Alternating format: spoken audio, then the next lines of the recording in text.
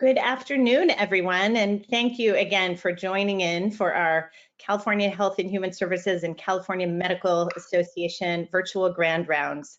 I'm Dr. Kim Newell Green, and I'll be the moderator for today's episode, which is entitled Ethics in a Pandemic and the State of COVID-19 in California.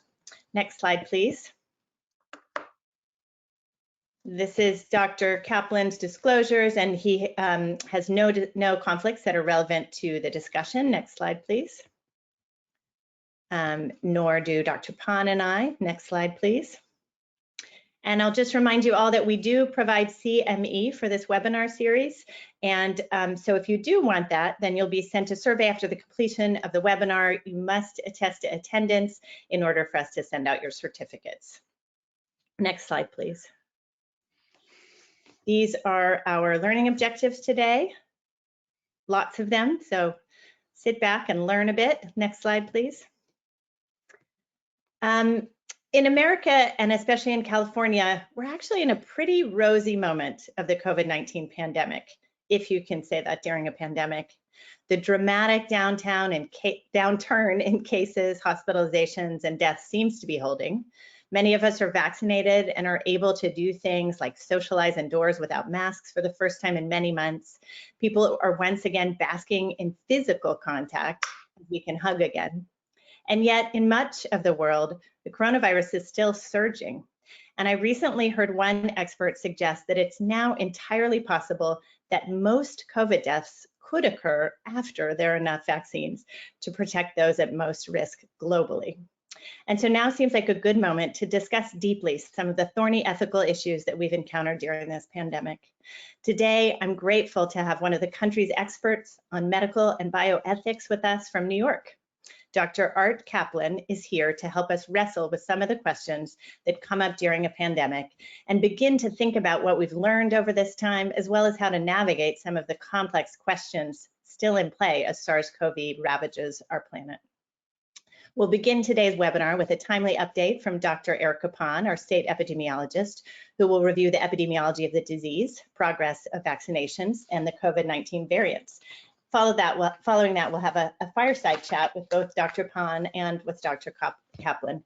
Please do submit any questions you may have on the presentations by using the question box in the control panel, which is located on the right side of your screen.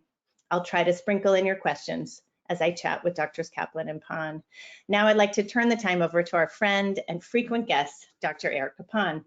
As I said, Dr. Pan is our California state epidemiologist, and she jumped into this vital role as the pandemic began. And she's been leading us with what always appears to me to be great equanimity and integrity from the start. We're so grateful to have her join these virtual grand rounds every month and also to lead this important work for our state. Dr. Pan. Great, thank you so much for having me this afternoon. I will dive right in. Next slide, please. So this afternoon, I thought I would just kind of do my usual kind of update on how we are doing as the epi in the state, a little bit about our vaccination progress, sort of our celebrations and where we still have work to do. I know everyone's anxious to hear more about Beyond the Blueprint and thinking about that. And of course, the theme today is ethics in COVID-19, which we can touch on. Just, of course, there are just hundreds of ethical issues around managing this pandemic. So we'll touch on that in the end. So next slide, please. So this is from our CDPH website, just kind of a quick overview of our main kind of three facts that we follow every single day and look at. So, our cases have been, as was mentioned, some of the lowest in the nation right now. We're at 1.9 cases per 100,000 per day. It's been around that 2 or under for the last few weeks, actually. We're in great shape as far as that goes across the state. And our deaths continue to decrease. There's still a great deal of timeline between when deaths occur and when those are reported, but those continue to be lower and lower. And then as far as test positivity, we've been less than 1% also for at least a couple weeks now, as low as 0.7% today. And our testing volume has decreased, but we still have a pretty significant per 100,000 per day testing, and I'm really starting to look at that over time as well. And then our vaccines administered, over 38.5 million doses administered as of today. Next slide. And this is just another standard epi curve I show you every time I've come on board. The blue line is our cases. So you can see our summer surge, our winter surge, and then you can see there's a little bit of a lag as far as the orange line, which is the hospital admissions. And then so there's a little bit of a lag in the peak of that and the decline. The red line has been adjusted to be all in one graph as far as the deaths and the trend there. And then the asterisks and the vertical lines are when we got to at least one dose of 10%, 20%, 30%, and 40% vaccinated in the state. So you can see again the declines that we saw over time in the state. Next slide. And this I wanted to just share as a little bit of an update. We have just started updating and posting our not only our confirmed PCR positive or molecular tested cases, but also our probable cases, which are basically antigen based. So you can see the trends here over time as well. It's really only been about 2 to 3% of our testing and our positives, you know, especially during the peak of things. But now actually we've noticed a trend in the last couple months actually that antigen testing is probably as high as 8% of the cases we're seeing. So we are now reporting the confirmed and probable cases on our CDPH website, and the CDC has started reporting those as well. So those just got posted in this last week, and we'll continue to update those weekly. Next slide. And then, unfortunately, as we all know, and certainly an important ethical issue that we have been grappling with, we do continue to see disparities in our diverse communities. So the death rate for Latino people is 21% higher. Our case rate for Pacific Islanders is 35% higher than statewide. And our death rate for Black people is 8% higher than statewide. And we also, when we look at income, you can certainly see that case rates in our for communities with a median income that is less than $40,000 per year is 37% higher than statewide. So we've been really trying to address that in many ways, as you know, over the course of this pandemic. And I'll talk a little bit more about how we've been doing that with vaccines most recently. Next slide. So as we've been looking at equity and really trying to reach our hardest hit communities, what we've done most recently is work with around 13 jurisdictions in the state of California, where we see 85% of our least healthy communities or communities in our Healthy Places Index quartile 1. And we've identified a lot of sites for mobile vaccination van deployment, where we've seen low vaccination outreach, and working with local health jurisdiction teams to schedule events for these. We've been doing more and more working with local health departments to have clinics in schools and churches, other, again, trusted sites, community sites with trusted messengers and leaders. We've been visiting employer-sponsored clinics at food distribution centers, using that as a model to engage other employers with previous outbreaks as well. And there is a way now that employers can sign up to have a clinic on site at their work site, and meeting with other first responders, police and fire departments, and others to schedule mobile clinics as well. Next slide. And as far as understanding kind of where we want to go and how we can continue to move that dial, and every shot matters at this point as far as increasing our percentages, especially in our least healthy communities. Doing another survey, and we've been doing monthly surveys across the state of California to understand sort of what are people's current status as far as deciding to get vaccinated or not, what are the drivers for people, and what are their sources for information. So this next poll will be launched at actually exiting polls as well to mobile and pop-up sites, and doing again a statewide survey for any individuals who've been vaccinated in the last 30 days. And it will be very interesting there to see in these last few days if the incentives actually did increase, and that was part of the motivating reason for coming to get vaccinated. We're going to be doing a streamlined questionnaire, trying to make it really short so we can cover as many people as possible, and doing that with sort of in the field technology via either iPads or iPhones, or also doing paper-based or on people's personal phones with a QR code. So we'll hope to have more results on that in another week or so. Next slide.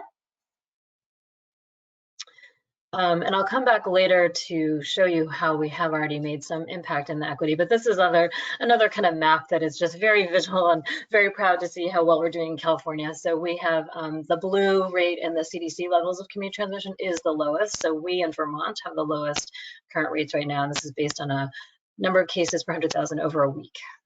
Next slide. And then the other really amazing thing to see, and this is just going to get posted, I think, later this week. I don't know that it's quite up yet, but we have been following seroprevalence by regions and across the state. And of course, this does not distinguish between people who have been previously infected and people who have been vaccinated. And this comes from a combination of all the antibody testing that's done in the state that's reported to us, as well as blood bank data across the state. And we can, as you can see here, we have an incredible seroprevalence now. Most recently, our data has been a little bit lower volume, so we do have some concerns that, this could be an overestimate. But regardless, it's really great news to see that potentially we have as high as 86% seroprevalence statewide, and you can see the difference in the regions. But really, even the lowest in the rural Northern California is at 70% based on this data, and as high as 91% at our southern border. Next slide. What's also really interesting as well is, again, as we look at equity and our Healthy Places Index, again, we look at the least healthy community conditions as quartile 1 and the most healthy community conditions in quartile 4.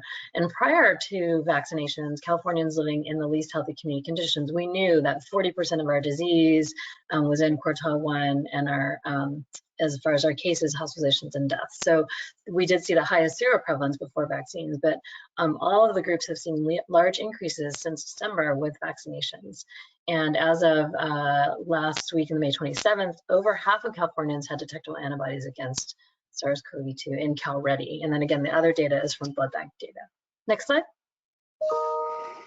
And of course, everybody wants to know, how are we doing with variants in California? What are the trends we're seeing? So you can see here, the blue line is the, what we used to call the UK variant. I believe we're now calling this the Alpha variant. I still need to get this new terminology right. The World Health Organization did start to rename these variants based on Greek letters. So we had the West Coast or California variant, which was these orange and gray lines early on. That was really the predominant strains we were seeing as far as our sequencing.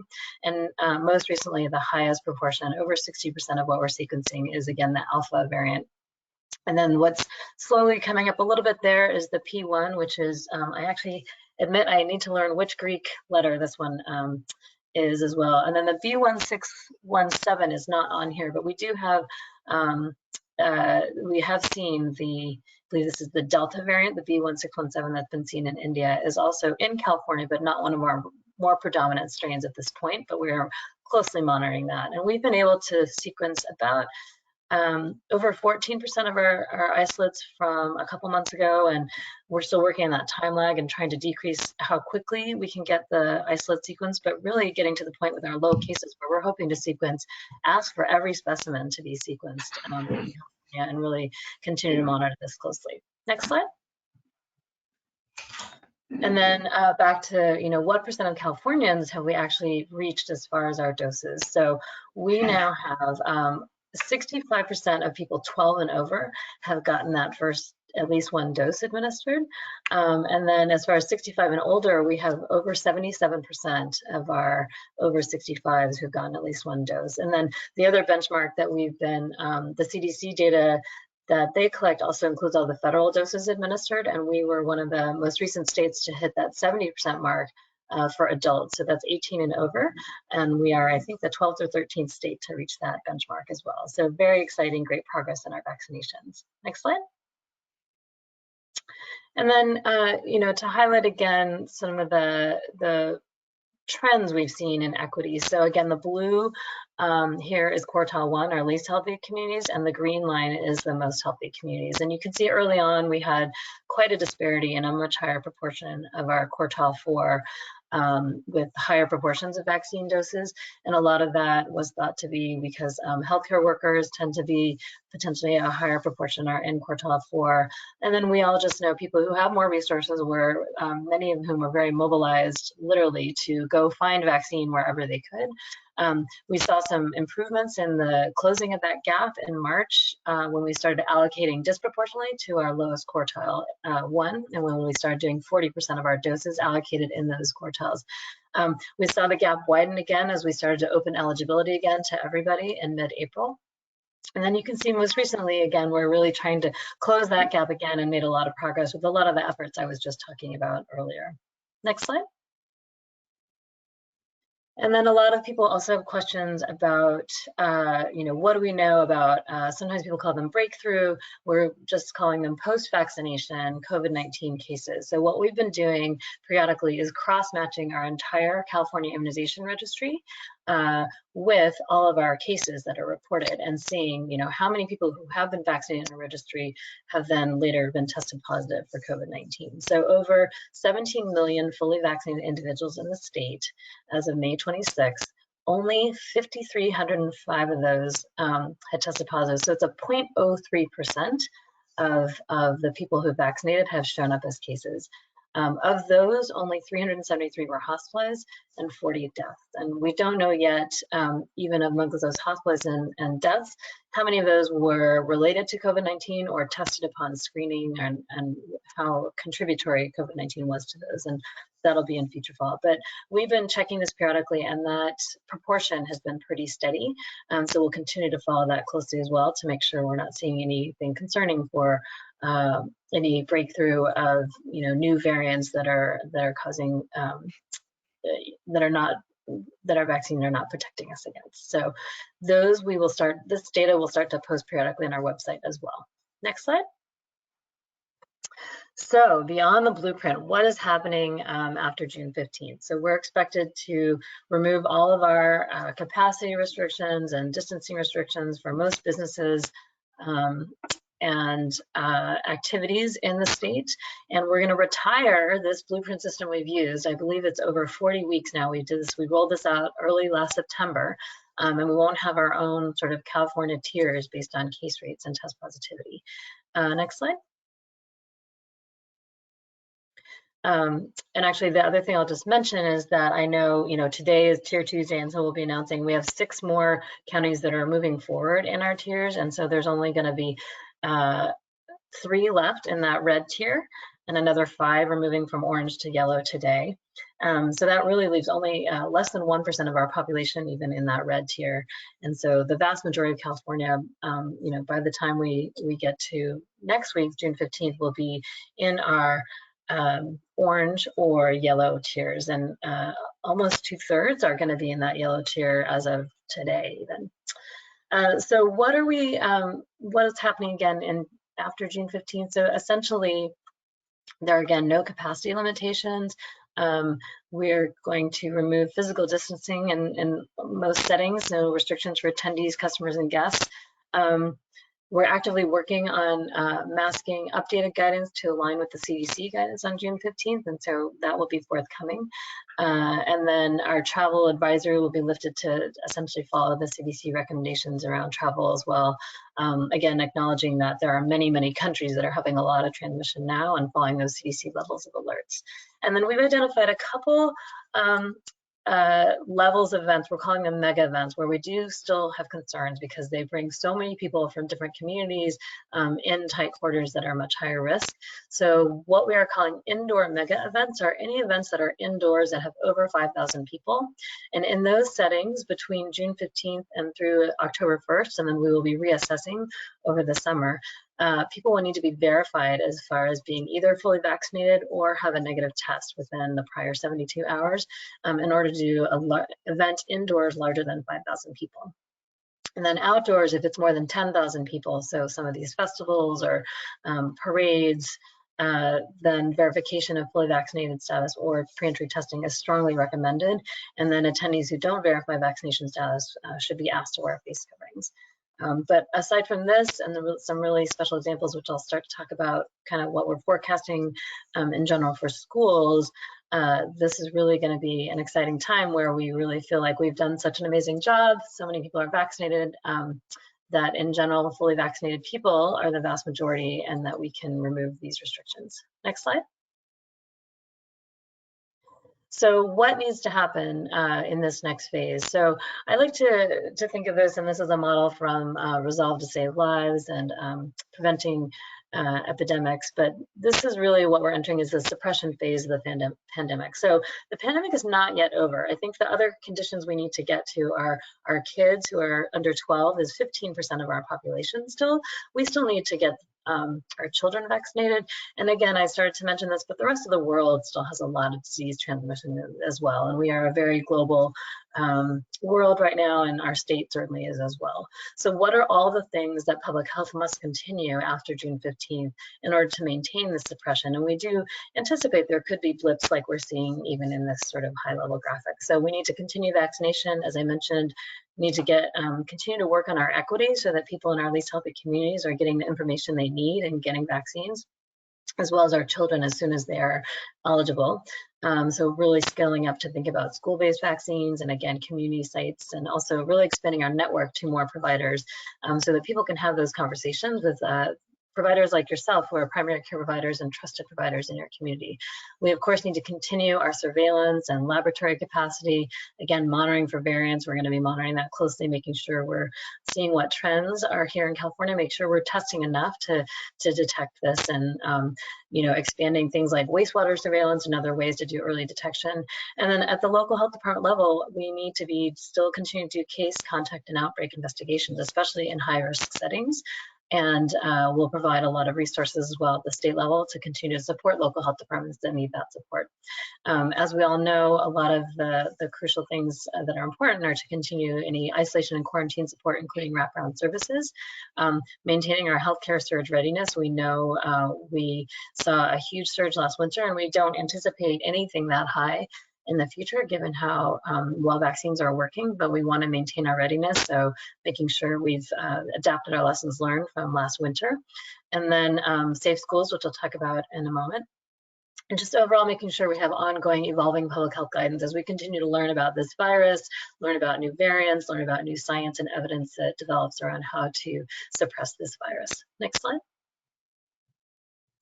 So how are we thinking about schools for the fall? So this is a really nice framework that Dr. Bardock, who I think you all have met before too, who's been leading our Safe Schools team, and a great colleague, has helped us think about, what are the ways that virus is, when you think about schools, how does virus, for example, get into the school community? So there's, depends on levels of transmission in the community.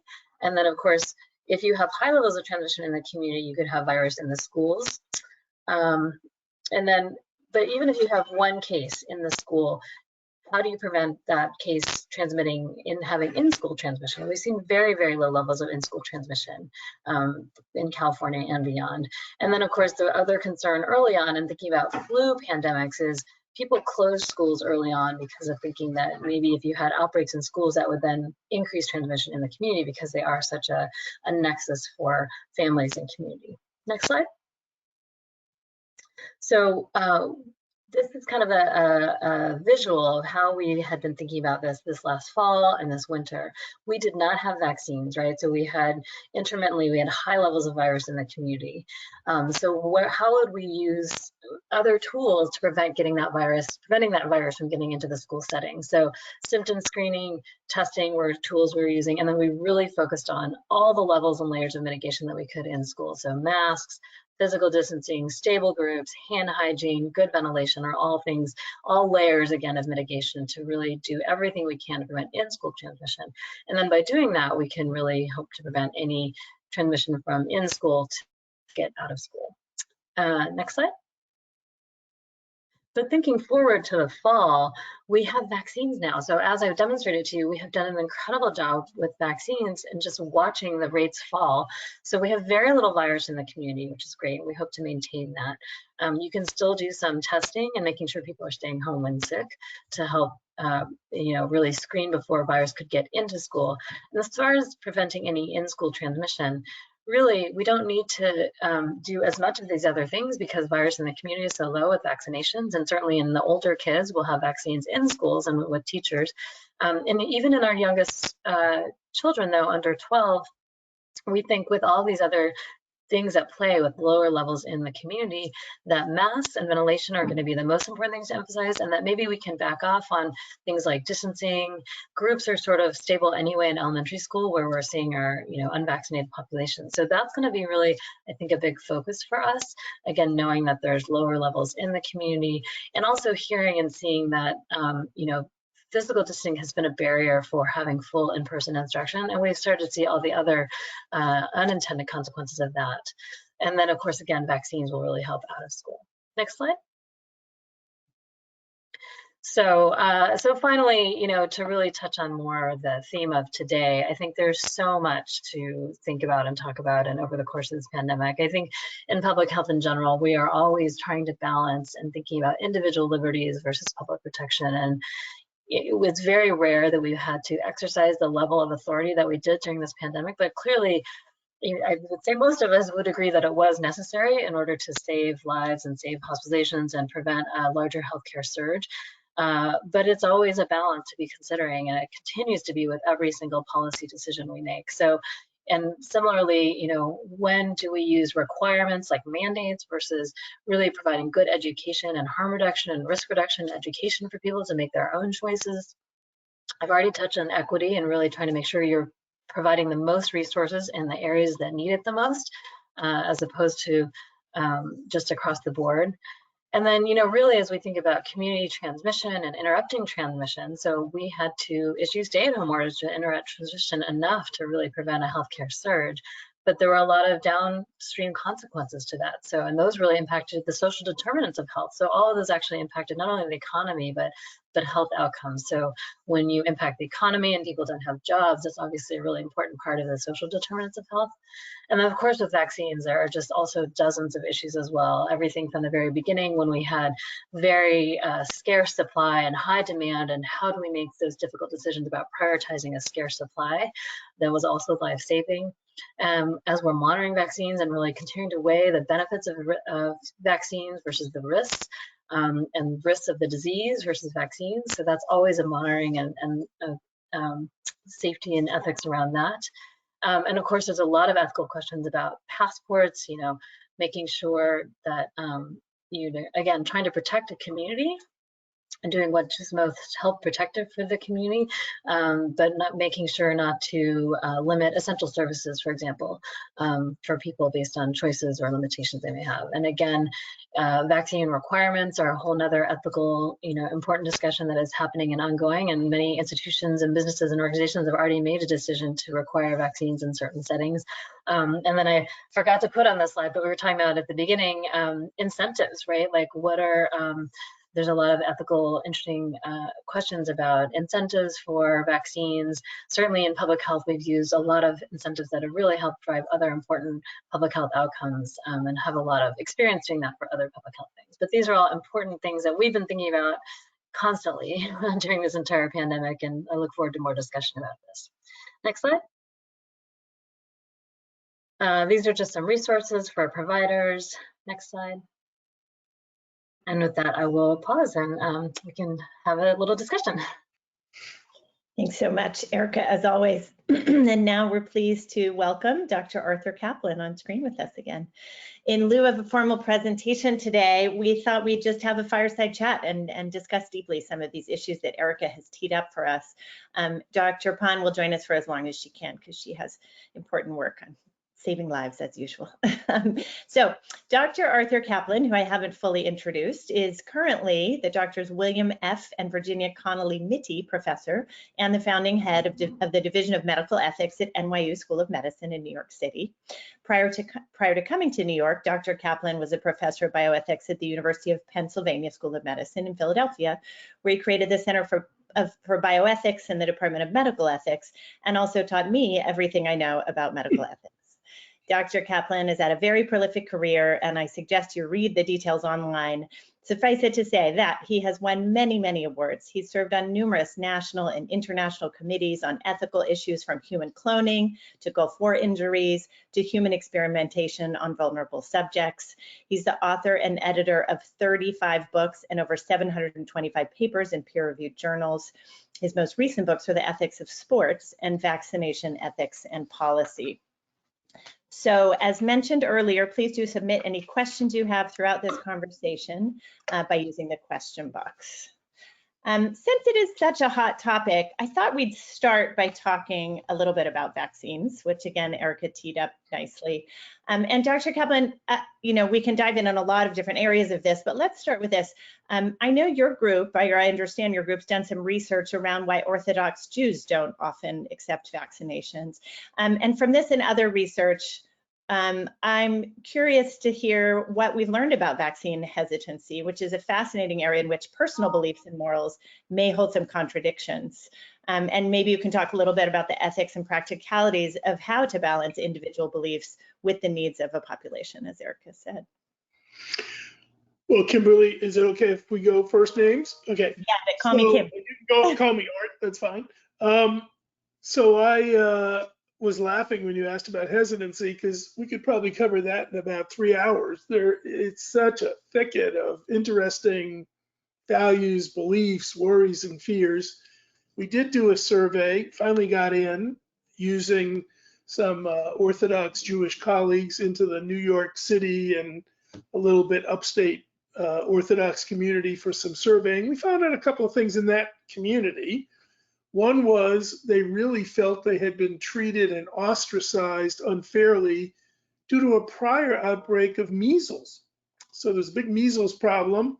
Sure, some of the people on the call remember, and you guys had it in California, but we've had more than one outbreak here. But they felt that the media had depicted them as anti-science kooks.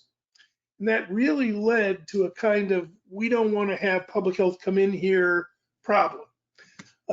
Many of them said, look, we're not anti-science. We have no particular objection on religious grounds to vaccination. Most of the rabbis said they were pro-vaccination.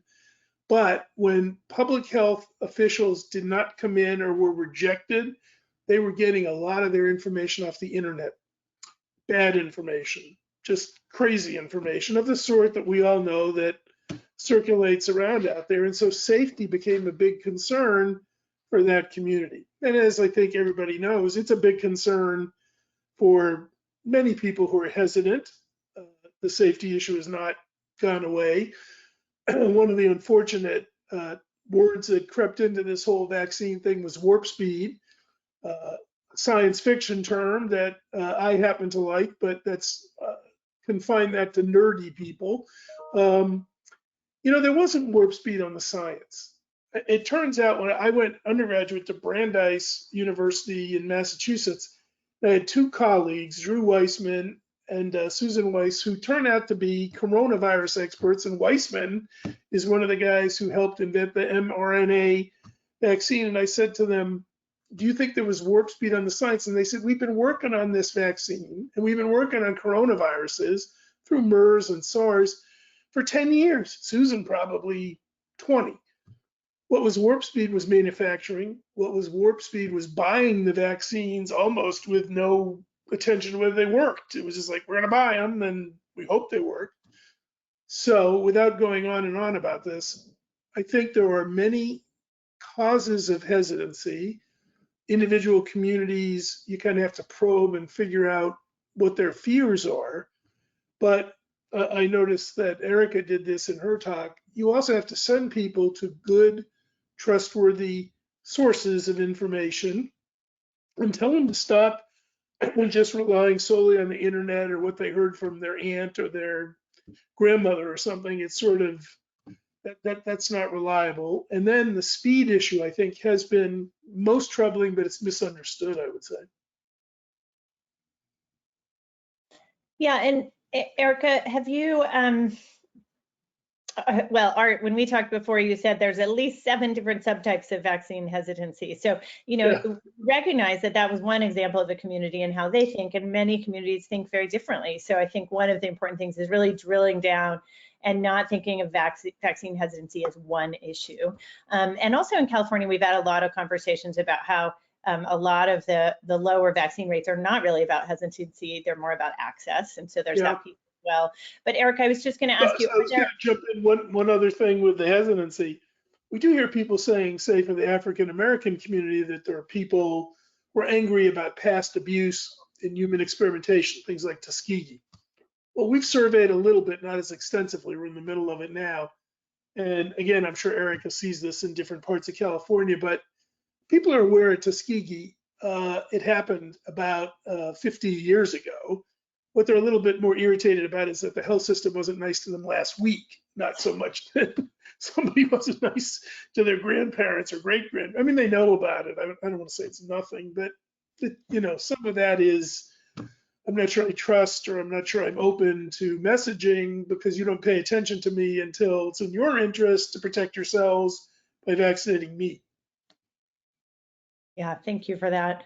I think we see a lot of that here. Erica, do you have any specific learning points that you as a team have learned about reasons for vaccine hesitancy other than this, or are you really focusing on, let's just get the trusted messengers, let's get to the people where they are, and then we'll sort of see what's left over and keep asking questions along the way?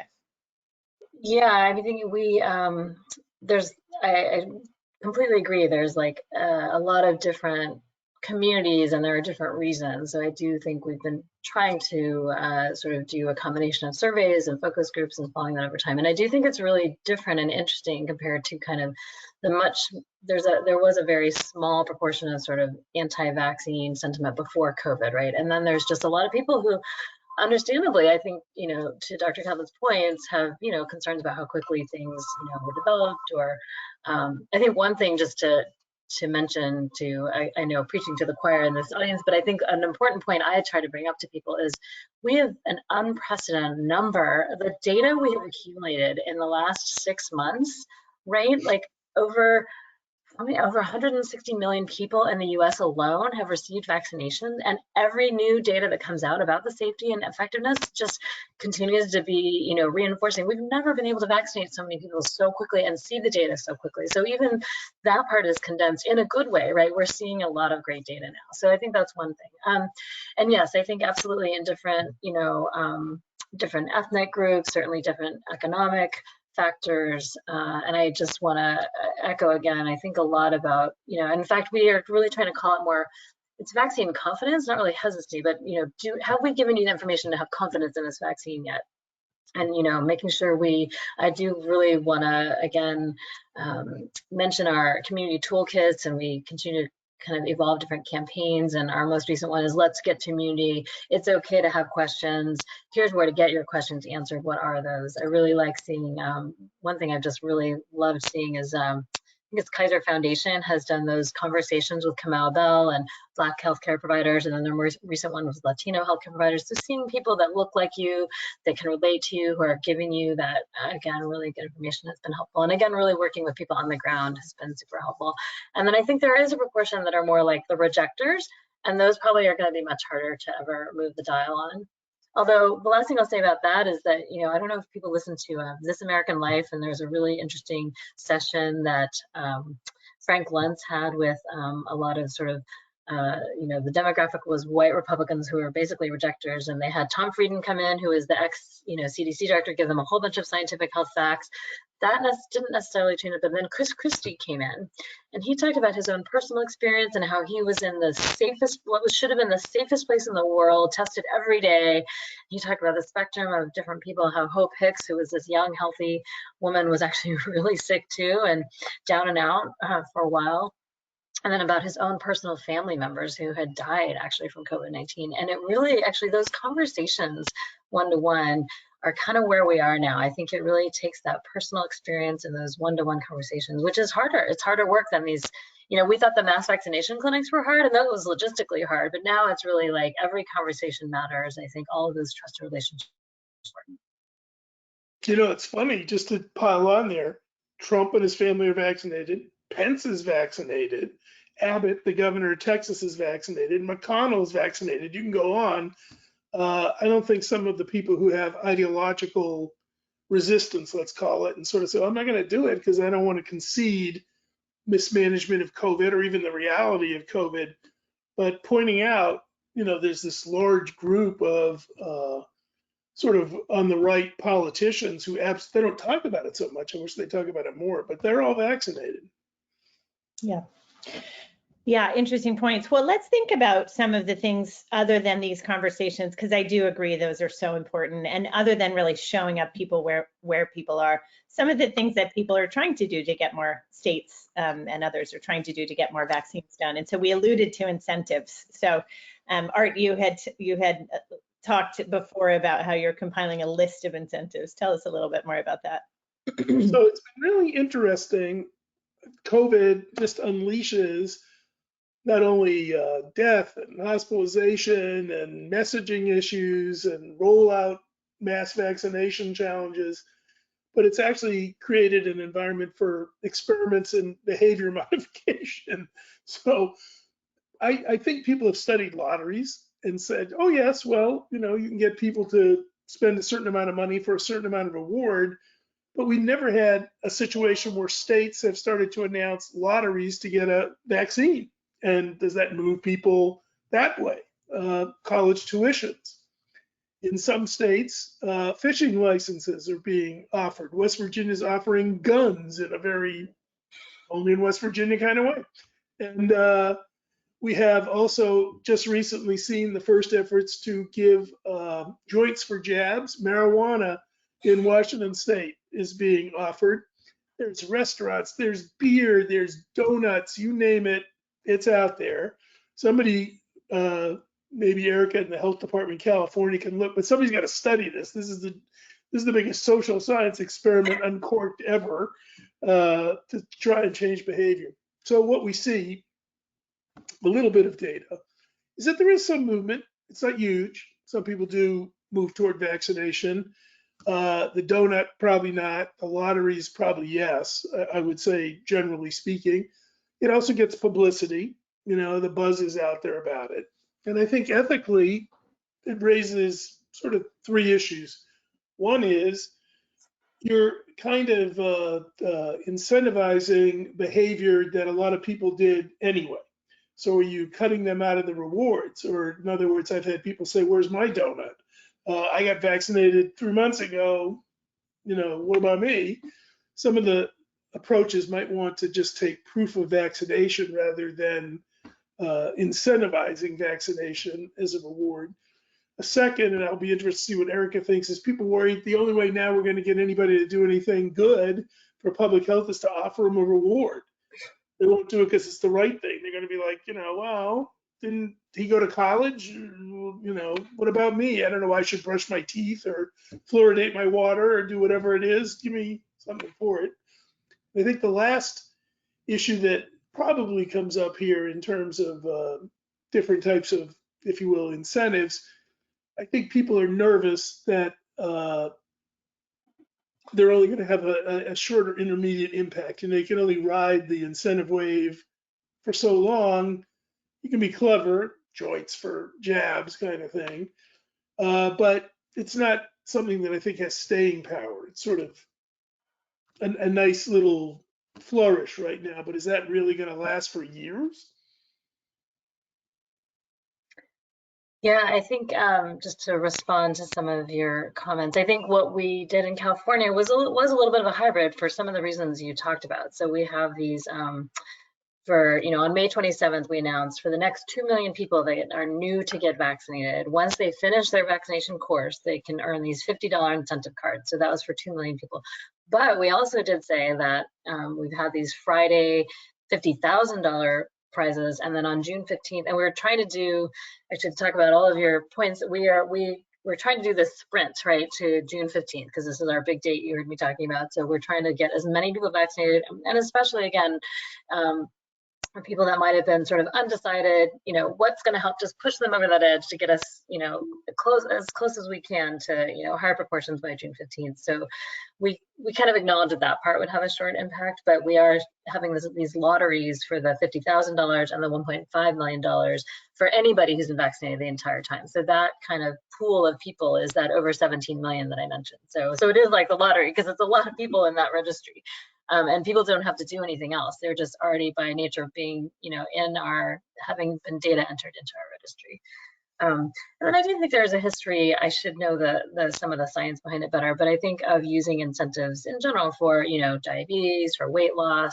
We've actually used it in tuberculosis as well to help people stay compliant with their medications. And I think there are certain groups of people where, again, just you need that little extra push to get you over that hump. And it's I'm gonna jump in there. So when I was at Penn, we were studying this workplace incentives.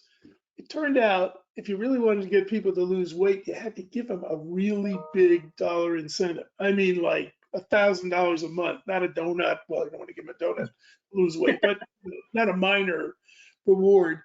But even there, that group at the Wharton School that was studying it doesn't really last. It burns out. Yeah, no, I think I will just say in general, this is not exactly the ethics of it, but I think public health has a lot to learn about behavioral science, I think. And, one thing actually that is somewhat ethical, I think, is that, we're often pre-COVID, back to actually weight loss, right? We're up against sort of the soda companies or tobacco control, right? Like we're up against these private sector organizations that have millions and billions of dollars to study it and use that marketing research to then inform behavior change. And government doesn't typically have those resources to do that. So it's been great. There has been a lot more private sector collaboration, I'd say, throughout this pandemic, but it is something I think long-term we do need to figure out how to invest and really understand. I agree with that. I'm laughing. I sometimes say, so McDonald's has Ronald McDonald and the Hamburglar, and public health has somebody with a picture of an apple. I mean, it's like, is that a fair fight? Yeah, exactly. Not a fair fight. Well, let's talk a little bit about what one might call a negative incentive. So the threat of a potential loss of a job or not being able to travel or attend an event.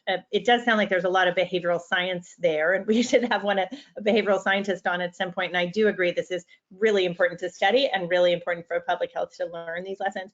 But what, from an are there ethical issues there? What do we know about the use of negative versus positive? I mean, this is parenting 101 to some extent. I use these things with my kids, but and then maybe we can move on to talk a little bit about vaccine mandates and the ethics of those. Well, there are employers who are starting to say, a little bit like the California mega event, you can't come here unless you're vaccinated. So cruise ships have started to do it in Florida, and they're in a fight with the governor there already about is that discriminatory, or can they even impose such a restriction? I think they'll win, because I think even though it's negative, it's oriented toward a safer workplace, safer environment, and courts generally, they uphold that kind of move. If somebody said you have to wear a respirator in a chemical plant or a hard hat at a construction site, they may say they don't want to. Employers come away with victory after victory on the health of the workplace side. So that does have a long moral, legal tradition. I think the other negative incentive, and this will be interesting to watch, I don't know what to predict from it, although I'll tip my hand and say I am a mandate guy, having fought for mandates for a long time. But one of the other problems tends to be when you go into a community with a negative thing is the biggest power community shaming.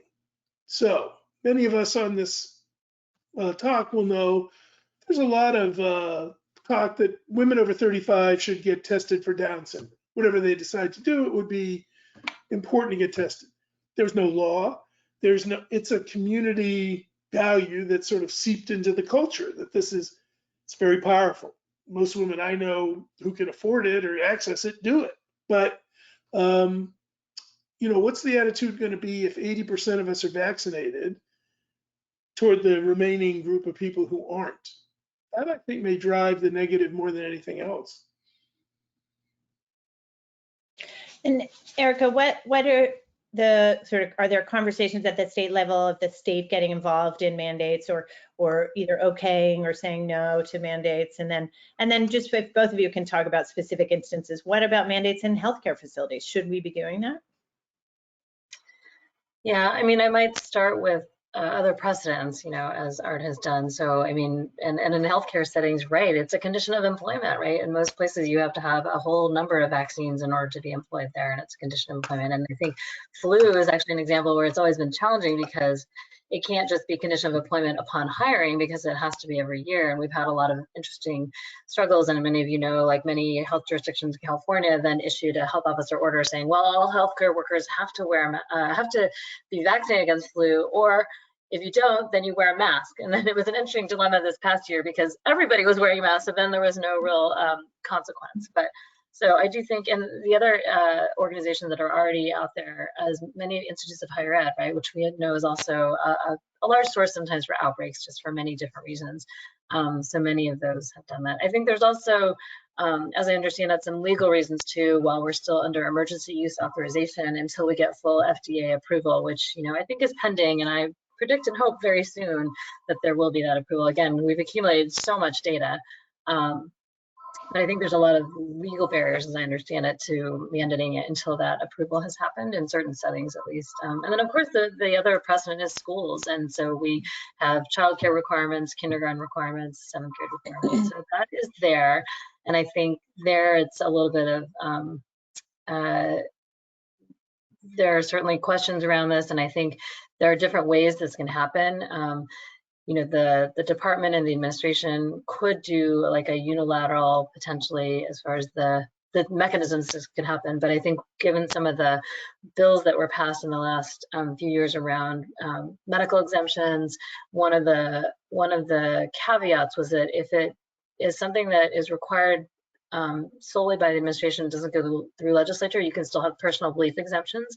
Whereas, as you all, I think, know, in California, we don't really have personal belief exemptions aside from that. So that would be a trade-off.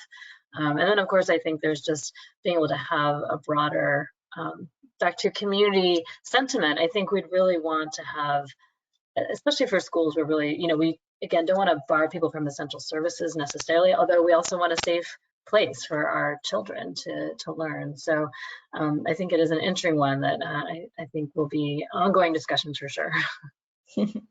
Okay, Art, so if you ran the world, would we mandate coronavirus vaccines for kids in schools once we're able to give them? Yes, absolutely. Add them to the list. Jails and prisons. Erica, here's how a vaccine, having studied vaccines forever, here's how a vaccine normally gets approved for licensure. You take a randomized clinical trial for 2 years involving 50 to 60,000 people. You look at the difference. You wait for enough of them to get infected. That usually takes 4 to 5 years to happen, just natural infection rates. Boom. We have so much more data on this vaccine.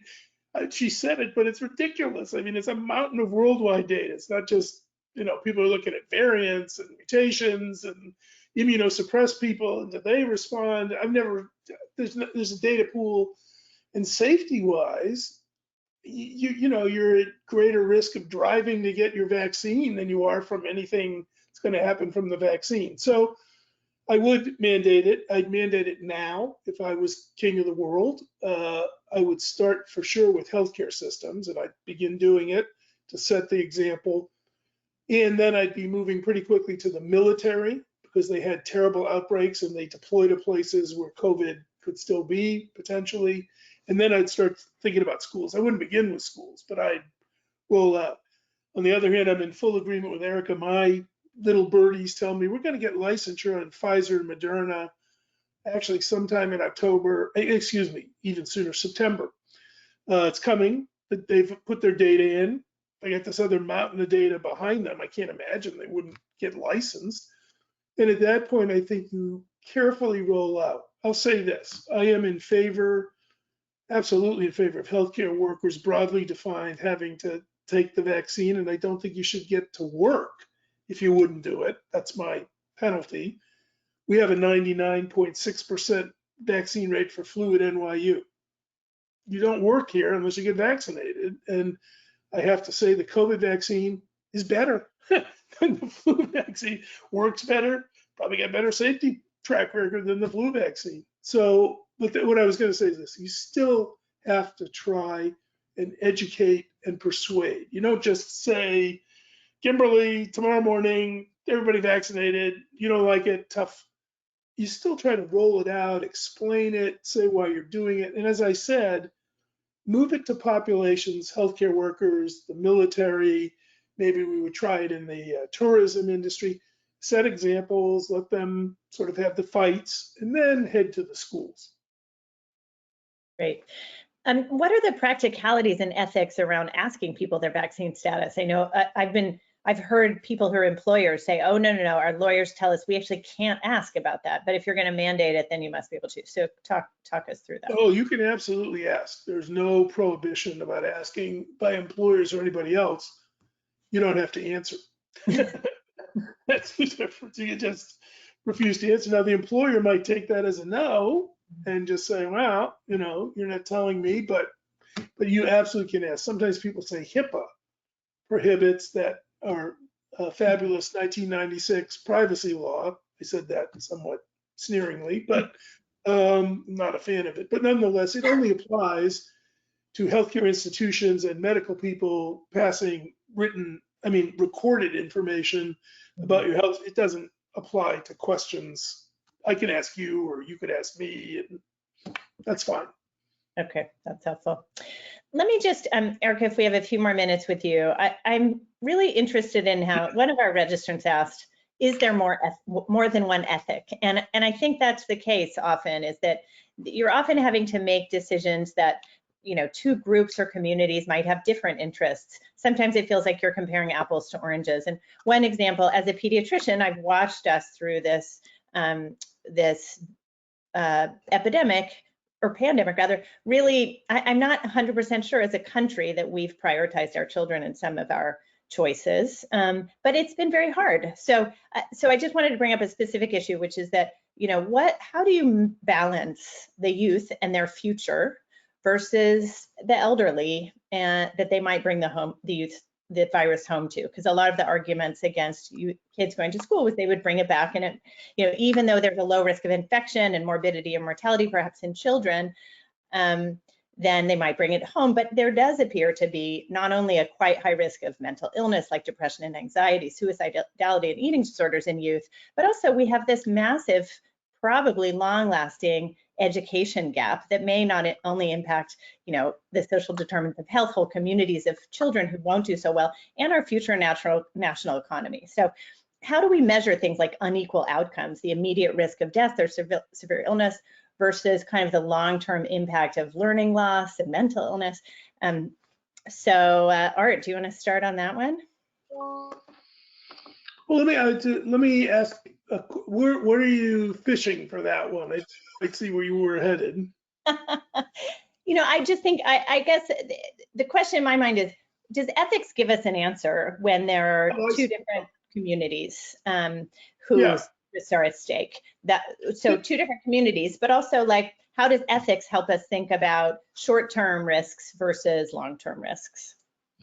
So interestingly enough, in some ways, morals, the term, describes what people believe and what they think. It could be religious belief, it could be the customs of a group, it could be the legal system that prevails. That's descriptive values. And they're all over the place. As we know, there's plenty of variation in morals. Ethics tries to find reasons that you could persuade someone to change your values without appealing to the tradition itself. I mean, I could go and say, as a Mormon, I think you should do X, but you have relatively little impact.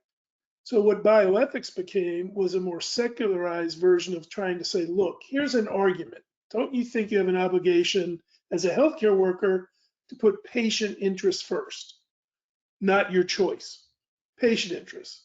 In fact, you do that. Normally you say things like, I want to protect my patients, I want to do no harm. Those are key values.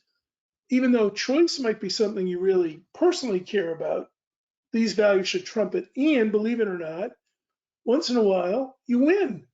People change their minds. We had a big fight about this in California. I was part of the let's remove the religious exemption thing with the other mispronounced Dr. Pan.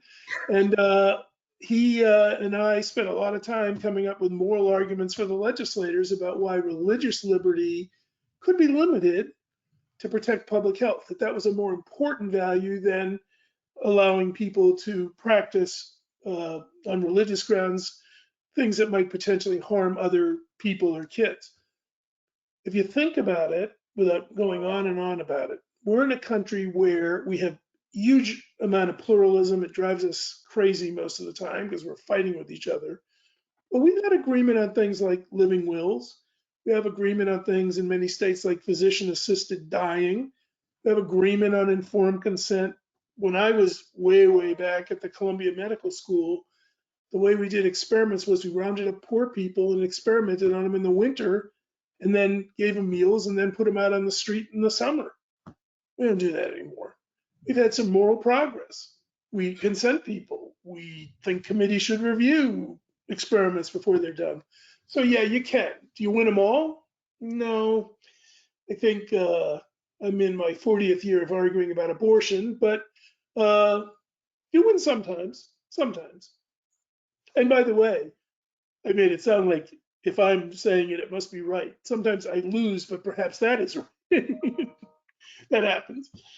So do you choose kids versus old people? Meaning? Well, if you're going to open the schools, making a resource allocation? In terms of these public health decisions, you're going to open the schools and you guess that that's going to create some increased mortality among some of the elderly people in the community. You're going to have a slightly higher, maybe you are, the data suggests you don't, but maybe you are, this hypothesis. You're going to have a higher mortality among the old people, but the youth are going to do better, which may have, longer to live. Yeah, I just slant toward age being relevant. It's got to be sort of notably relevant in the sense in which if it's a tiny percentage difference or you're not very confident, I'm not sure it matters. But I'll tell you, when we were allocating ventilators back here a year or so ago, when New York was really in the middle of a mess, I helped make up rules that said we were going to take a 35-year-old over a 70-year-old, other things being equal. And our moral argument was that you have a right to fulfill the opportunities that life presents to you. And when you're older, you've sort of had that opportunity, fulfill those opportunities. It's not that your life is meaningless. It's just you've sort of fulfilled or had more opportunity presented to you. So it's an opportunity argument. And not everybody buys it. There's resistance. It certainly gets pushback. But personally, I think that's right. Yeah, I mean, I think, and then I will, after this, I'll need to run, but I think it brings a couple of thoughts to mind. One is that there were some countries, to your point, that really, I think Sweden is the example people talk about, right, where they said, well, we're going to tell all our over 65s to just stay home and everyone else can do everything they want. And the other hard part, I think the other hard part is there's all the ethics and then being able to predict what the impact is. I think, because I don't think any of us predicted when schools closed last March that they wouldn't come back until now, right? And in some states they did. So I think, I do think it really came to a head for sure with vaccine prioritization and back to, I think, where Art was trying to go, with a scarce resource. And it's not only just age, but it's like, what is the impact? So it's death versus, these mental health issues, which again, we probably could have predicted, but I don't know that we did. And we didn't know how long these things would last. And early on, I think people thought this disease would be more like flu, where the kids really are the transmitters and the drivers, and they're not. But, I think there's so many, what's been even more challenging about this pandemic is how much unpredictability there is, right? We just were learning at every step and trying to anticipate as best we could. But but just to point out too, to your point about kids, I mean, I think it was a JAMA article, and it did really try to calculate QALYs basically based on education lost. And certainly, again, talk about inequities, right? Like we all know that the kids that sort of need school in person the most were the least likely to have gotten anything out of the last year. So and there were definitely pretty dramatic numbers in that calculation. So I think there are ways to try to look at it, but I think to me, I think what's been thinking about it now is it's that retrospective scope, like how much could we have anticipated or known or not? It's just so hard to know. But yeah, a lot of really, really tough decisions during this entire thing. Yeah, I imagine. And we're so grateful that you were there at the head of it, Erica. So thank you for being with us today. We look forward to seeing you next month. Art, I'd love to move on to talking about COVID as a global phenomenon. And you heard me say at the beginning that maybe we might have more deaths after we actually have the ability to protect people with enough vaccines. We just can't get them out. And can you talk a little bit about the ethics of this? What is our humanitarian responsibility as a nation?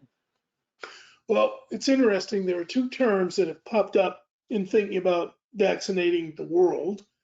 One is called vaccine nationalism. It's usually said pretty critically, and it's a notion that you have to vaccinate your own country first.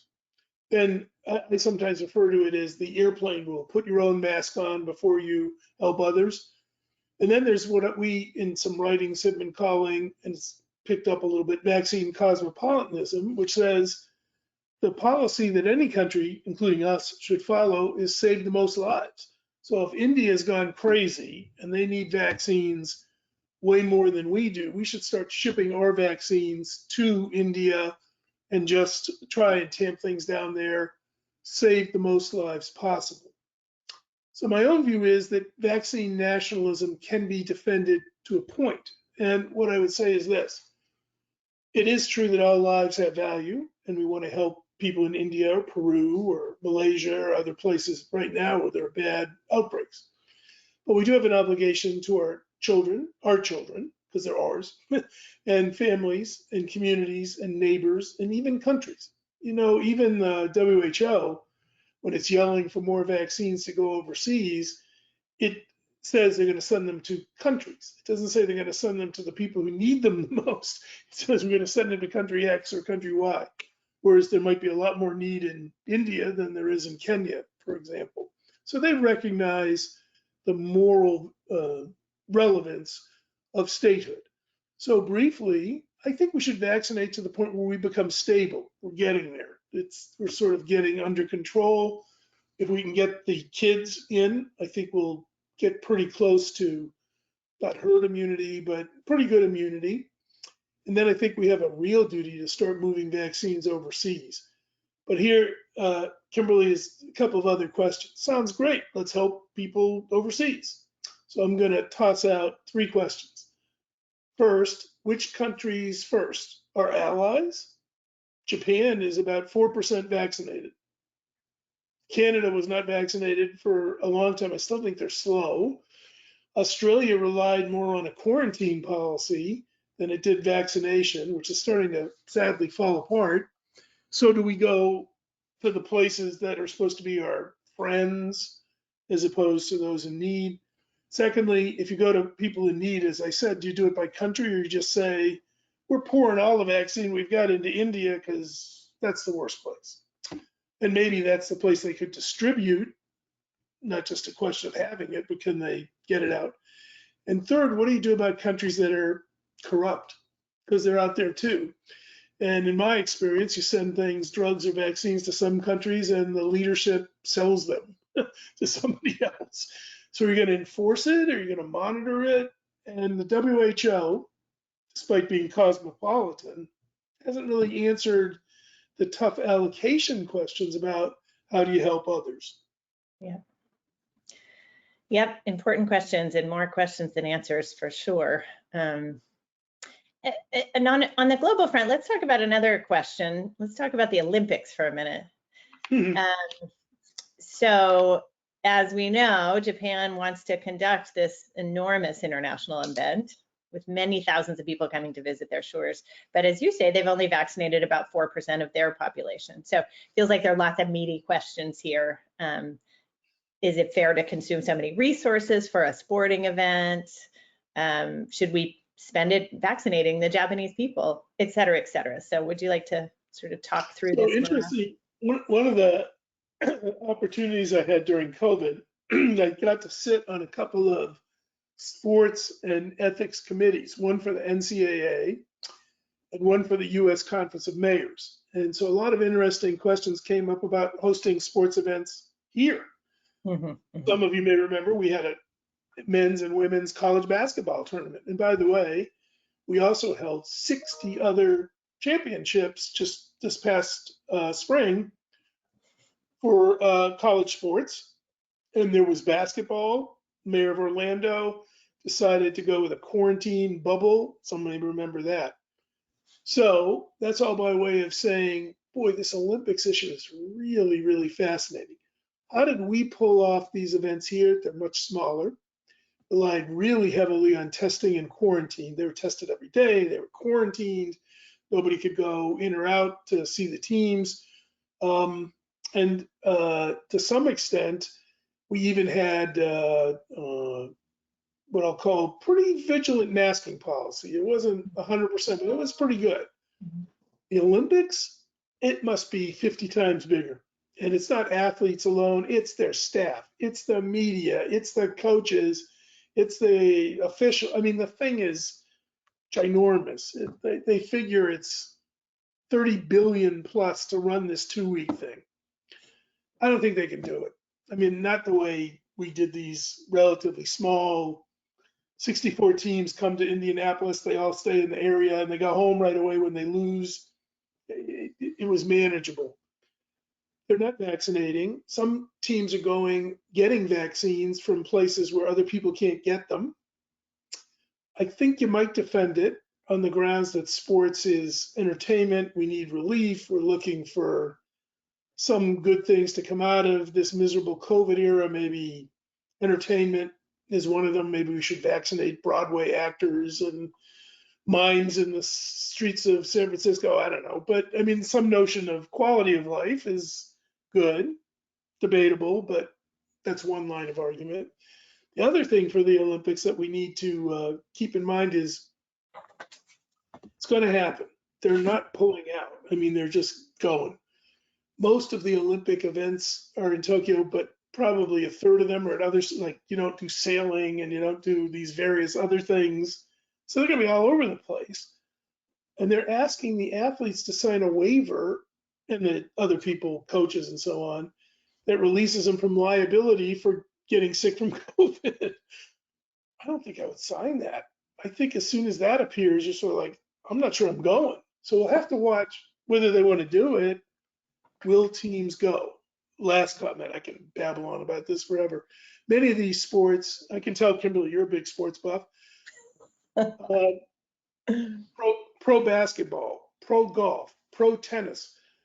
These pro people aren't going to take these risks, and they're certainly not signing liability waivers.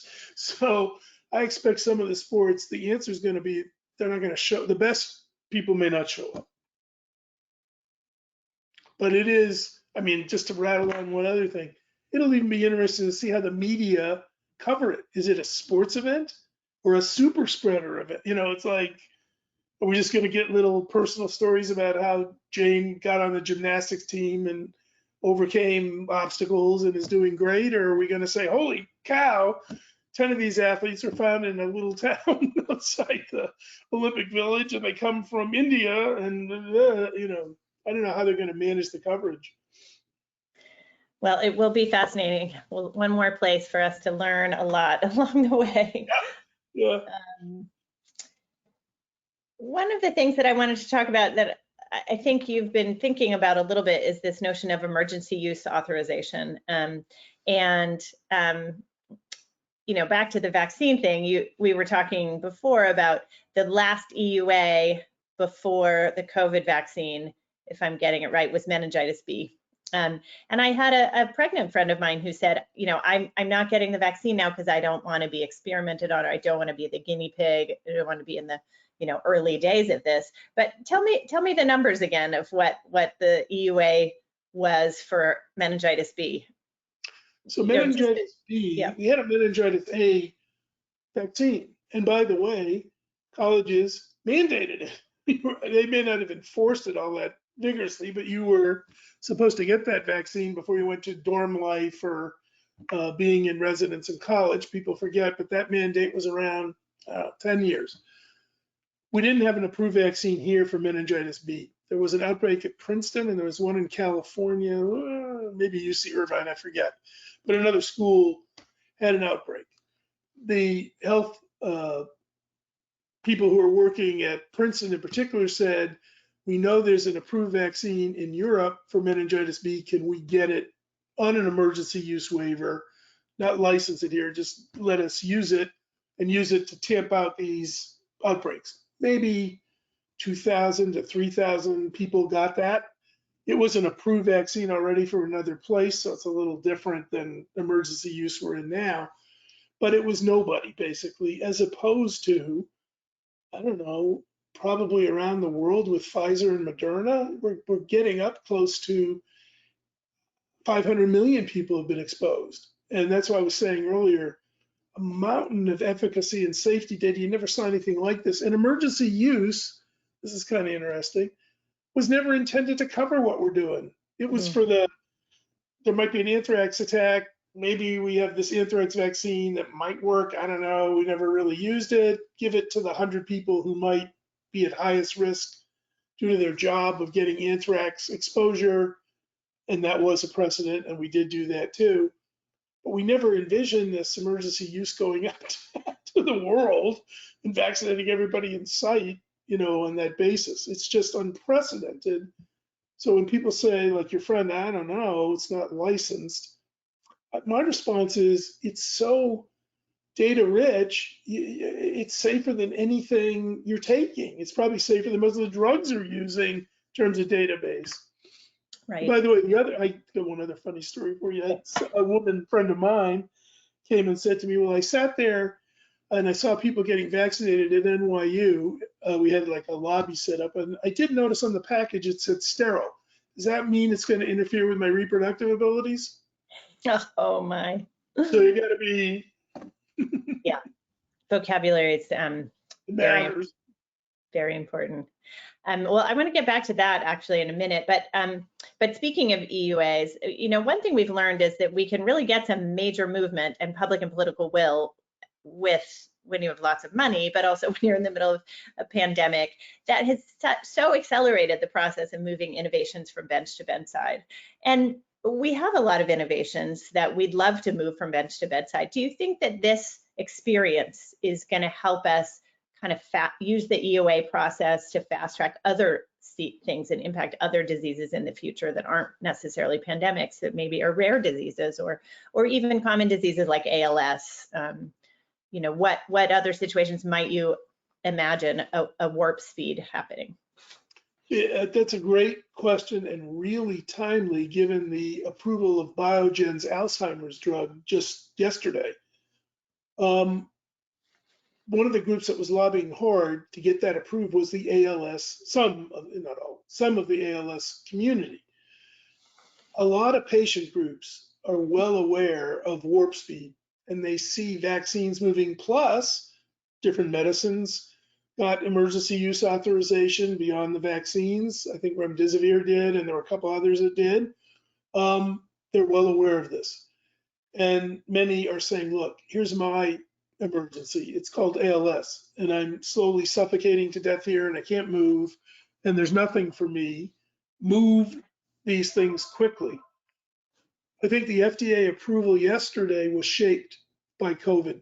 The thinking, if you saw their justification, it said Alzheimer's is bad. There's nothing else out there. We think the drug is probably safe. We have no idea really whether it's going to work. It might work, but it's so bad out there, given the number of people that have it, we're going to prove it. That is EUA thinking right there. I think, the only way to, if you went back 5 years, they would have said, when you finish a clinical trial with real symptom observation, come see us. Otherwise, get out of here. Now you have this surrogate marker used, which some people don't think is predictive, and the argument's coming in, well, it's got a huge community that's at terrible risk. And I think ALS will be right behind. They have some pet remedies. I don't believe in them. I've looked at them, Neuron and some other drugs, but they're going to push in the same way. And for those of you interested in research, I think the paradigm is under pressure of we do randomized trials or maybe expanded access, letting in a few more sicker people to a trial. It's going to be interesting over the next year or two to see how recruitment to clinical trials, acceptability of surrogate endpoints, How much data do you need to get a preliminary approval? I think this whole area is going to really be challenged.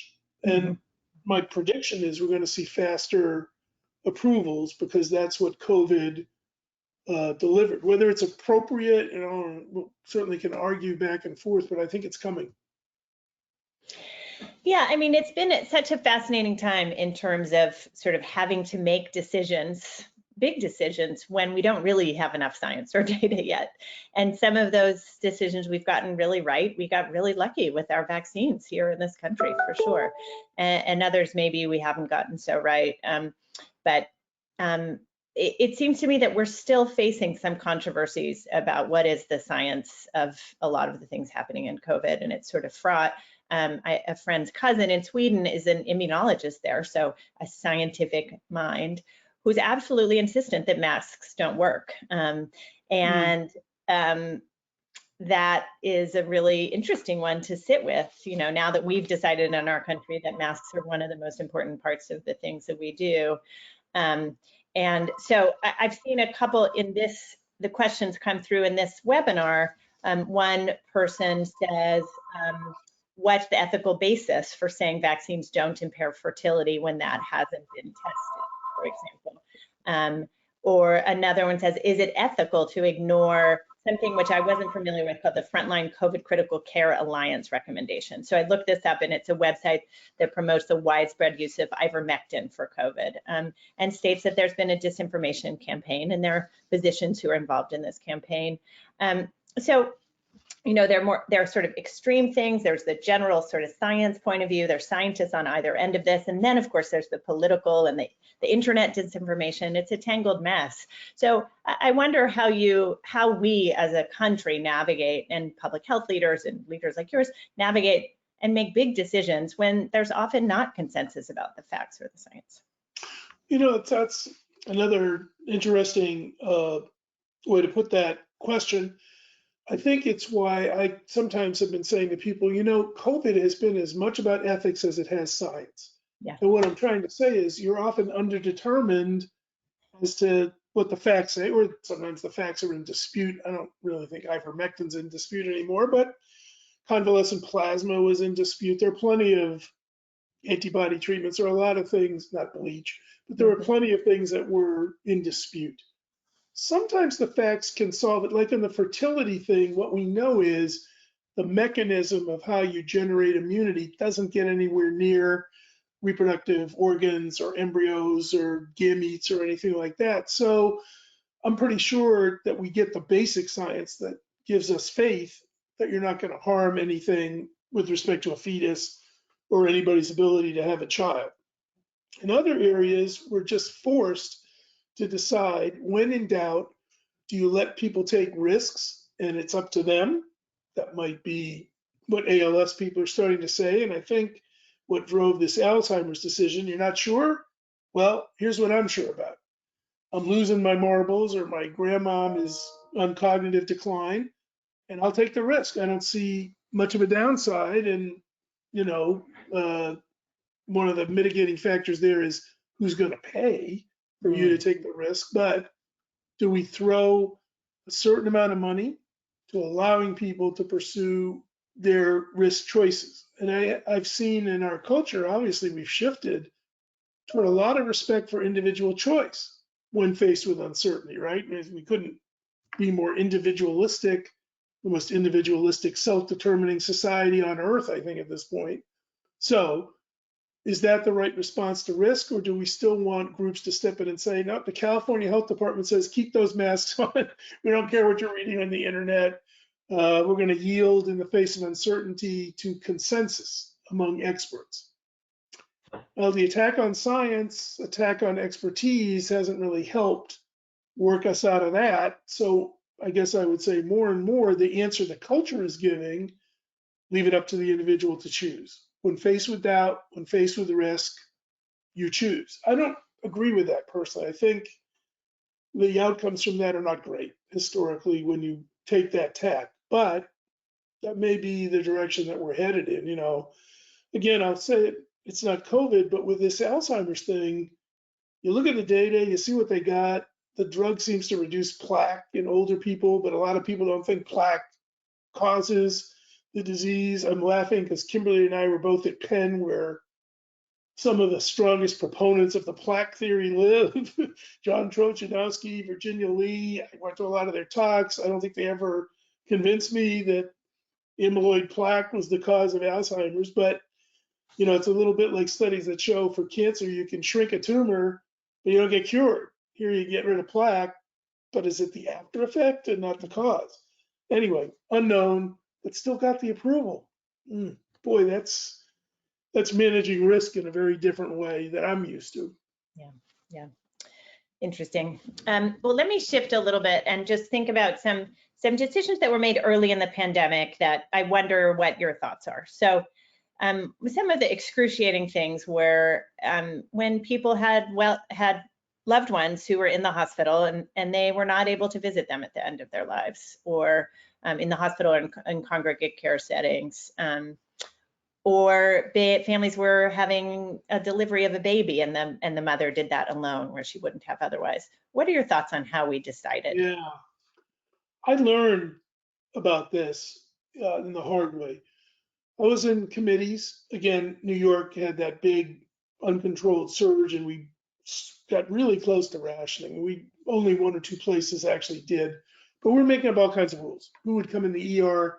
Then if you went from the ER to the ICU, what would happen to you there? Would we ever take people off ventilators who weren't doing well and give them to others, or literally take people who were in comas, permanent vegetative state, take their ventilators off, let them die, and give them to others? But we weren't thinking at all about, okay, if you make these decisions, then how do the people die?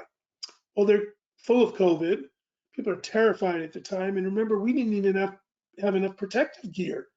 So we were throwing them in rooms and they died alone. We didn't even set up a system at NYU for an iPhone or an iPad or a window. And our palliative care team was overwhelmed. They didn't have this number of deaths. The chaplains were afraid to go in the rooms. My mom died from COVID last March with my sister tapping on the window at the nursing home because no one would go in her room.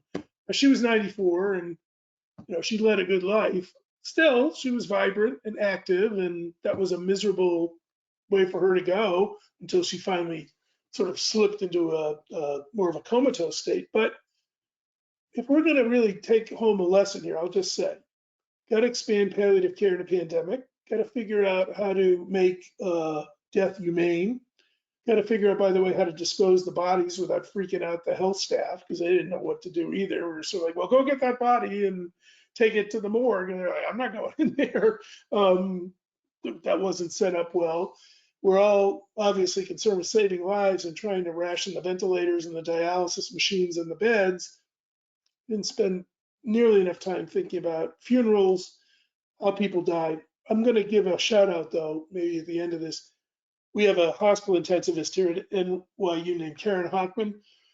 She and I do rounds together frequently on ethics, different issues. And we were talking about this, and she came up with the first policy, I think, in the country for letting somebody wear PPE and take the risk and go in the room. So we started doing that late, but we started it, and she pushed it through and made it happen. So we do better. Yeah. That's a great story. And we are running out of time. Unfortunately, I feel like I could talk to you all afternoon. It's evening for you almost, but so are we more prepared for it I'll say when the next pandemic hits, from the point of view of having really had these hard conversations in the setting of a pandemic? Do you think we'll do better? Slightly. I think we've learned about how to die and we can do better there. I think we've learned a little bit about how to manage intensive care if it gets busy, shall we say, or overwhelmed. What we didn't learn, and still are a mess, is the vaccine rollout. Who went first? Horrible, fell apart, ridiculous. Where I'm talking to you today is Ridgefield, Connecticut. In this state, eventually we slipped over pretty quickly to an age-based rollout because we had so much cheating and lying and line jumping, and it was bad. And I don't think we fixed that. And I'm nervous about that, Kimberly, because I think we may see it with boosters. I don't know how long these things are going to last. or Yeah. whether there'll be new strains, but we could be facing a booster allocation rollout, even if, again, no matter what you've got, if you make a lot of it, somebody still gets it first. And fighting about who that is, I don't think we learned that well. The other thing I think I'd end on is I think we've learned a little bit about the need to have science isolated more from politics. There was so much banging on Fauci and all the CDC people and FDA people.